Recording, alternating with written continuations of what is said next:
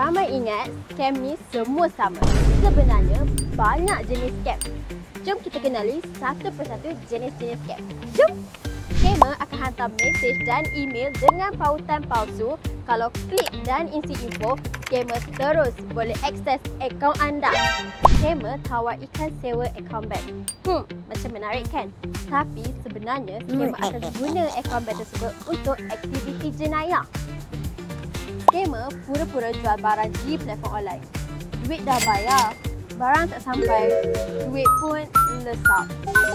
Scammer ajak masuk grup WhatsApp pelaburan. Mula dengan untung kecil, konon betul lah. Lepas tu, anda akan diminta labur dan labur lagi. Akhirnya, anda diminta bayar yuran persesan untuk dapatkan keuntungan. Tetapi, duit anda pun lesap. Scammer minta anda muat turun file APK dari promo palsu.